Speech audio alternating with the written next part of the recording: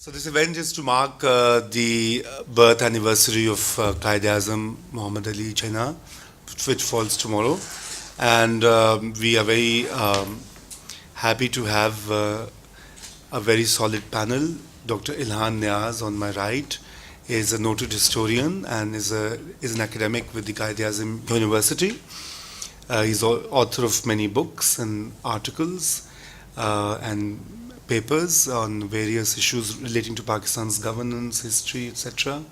In fact, one of his recent books on Pakistan's governance won an award from the OUP, if I'm right, for being the best, and the HEC.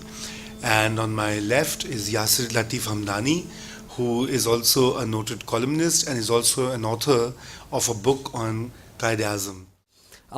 The problem is that Mr. Jinnah, as he sort of took over, and he had his 13 months, five of which were spent bedridden.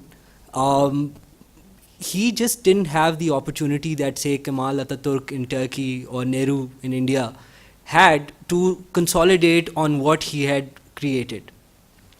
It is my view that had Jinnah lived beyond 1948, he might have been able to solve some of the problems. Now, that's a controversial view. A lot of people believe that that Jinnah was, just not the kind of person who would be able to do it because, he lacked certain charisma or whatever. But in my view, it would have happened. And I think the most important thing sort of to consider about Jinnah is that the Pakistan that he founded, which first of all was a moth-eaten country. He had obviously wanted a bigger Pakistan, a Pakistan which would not be based on partition of India or partition of Punjab and Bengal, but would include both provinces, and there would be some sort of confederal treaty arrangements. That didn't come about. Now, the Pakistan that he was handed, he had to sort of make a policy which would define the state in a way that it would actually be able to sustain itself. And this is what Jinnah's 11th August speech and his efforts during the 8 months that he was in power, because 5 months he was bedridden and 8 months he was sort of up and about. And I believe that the vision that he had, the sort of the very clear idea of state formation that the state and its ideology, he believed that Pakistan could not be a theocratic state. Now, read what you want into it. Does a state which is not a theocracy mean that it's a secular state? Perhaps, maybe not. But what Jinnah was very clear about was that it was going to be a democracy, which would be based on the sovereignty of the people, which would be a plural state, because after all there were minorities in Pakistan, and which would essentially keep religion a personal matter in the personal sphere. Now, there's this view that this was only expressed once in the 11th August speech. I don't think that was the case. And to this end, I've brought some quotes of Mr. Jinnah, because, this is one of the common arguments that, come from both the Islamists and also the Jinnah bashers that there are in Pakistan and abroad, is that the only time he spoke of a secular state or, say, a plural state or inclusive state was when he spoke on 11th August, but that is not true.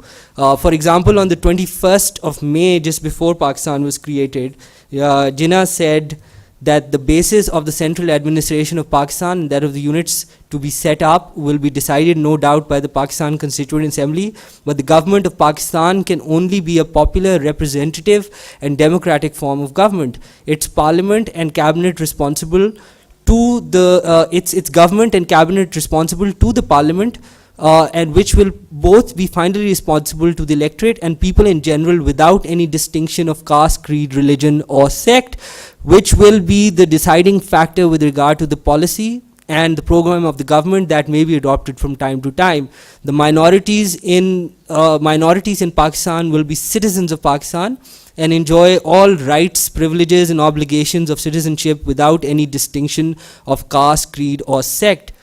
The government will run the administration, control the legislative measures by its parliament, and finally this part, over and above, there will be provisions for the protection and safeguard of minorities, which in my opinion must be embodied in the constitution itself.